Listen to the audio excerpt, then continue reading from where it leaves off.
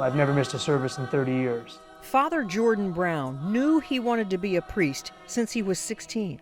I love serving the church. But Father Brown was also just a teenager when he first hurt his left shoulder. Decades later, the pain almost cost him his calling.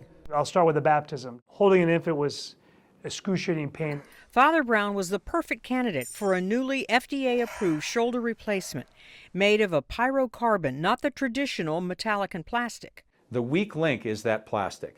So if you're older and you're not very active, that plastic's fine. It'll last your whole life. But when you're young, like Father Brown, he was 59 when I did his shoulder replacement. You have years to live with the shoulder, and that's a complication.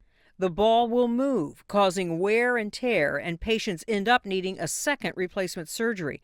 But the new pyrocarbon head has the same feel as bone. The pyrocarbon graphite substrate is a lot more like bone than metal is, so it cooperates better with the native bone. That's the real breakthrough in the technology. Now bring the hand down, hold it here. Now Father Brown is not only back in the pulpit, but physically stronger than he's been in years.